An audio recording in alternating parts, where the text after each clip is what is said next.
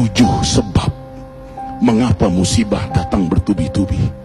Yang pertama, karena banyaknya maksiat. Surah Yasin ayat 19 yang kita baca setiap hari. Kemalangan terjadi, musibah terjadi, malapetaka terjadi karena dosa keterlaluan kalian kepada Allah. Yang kedua, karena banyaknya orang berbuat zalim. Dengarkan surah Qasas ayat 59. Kami tidak akan menghancurkan satu daerah kecuali para penduduknya banyak berbuat zalim. Anak durhaka pada orang tua, istri yang berani kepada suaminya, perampok, pembunuhan di mana-mana. Ini mengundang bala bencana. Yang ketiga, mengundang bala bencana karena kelakuan tangan-tangan manusia. Rum 41. Telah tampak kerusakan di daratan dan lautan karena tangan-tangan jahil manusia, agar mereka merasakan akibat perbuatan mereka. Sebagian mereka merasakan akibat perbuatan mereka, agar mereka kembali kepada Allah. Yang keempat, bencana terjadi karena para tokoh melakukan kemaksiatan dan kezaliman. Dengarkan dengan iman, wahai penduduk Indonesia yang mulia. Bila kami ingin menghancurkan suatu negeri, kami perintahkan para tokohnya untuk taat kepada Allah, tapi mereka maksiat, tapi mereka berbuat zalim, tapi mereka khianat kepadaku dan kepada makhlukku.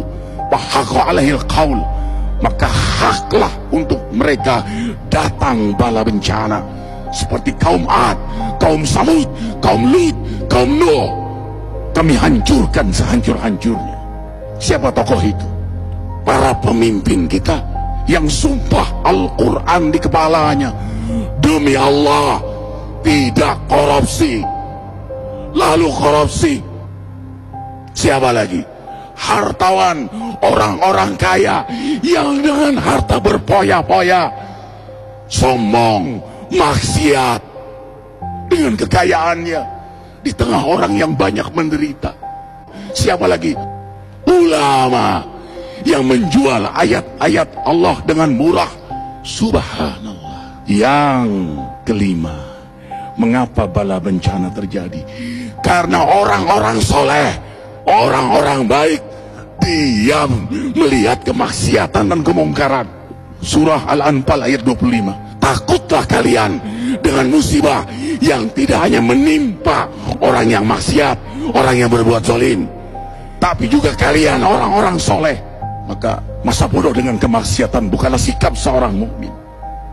Amar ma'ruf nahi mungkar adalah amal cerdas. Yang keenam, justru karena rahmat Allah, karena peringatan yang Allah hadirkan agar hadir mahkamah kesadaran kita.